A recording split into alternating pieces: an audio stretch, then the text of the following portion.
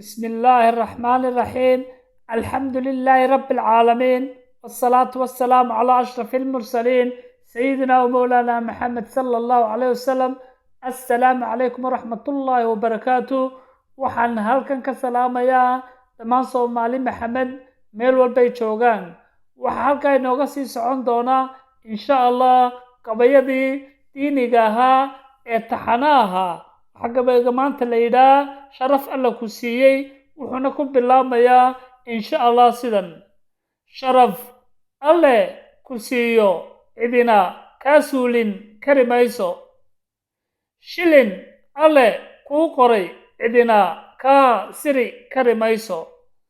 sidaas awgeed subxaan caabud subax iyo habeen, saatirka ku arsaaqa adna si u maqal samaana, islaax ku waar saacadii timaadaba, kuna salli nebigii udgoona, qalbi saliima yeelo ku samata bixiya saacadda qiyaame, suubanaan ku waar iyo uursan iyo saamaxaad, salaadana ha ilaabin saban walbood muslinow nooshahay, sadaqada iyo soonka iyo sakadana ku dhiiro, sharaf alle ku siiyo cidina kaa suulin kari mayso, shilin alle kuu qoray cidina kaa siri kari mayso.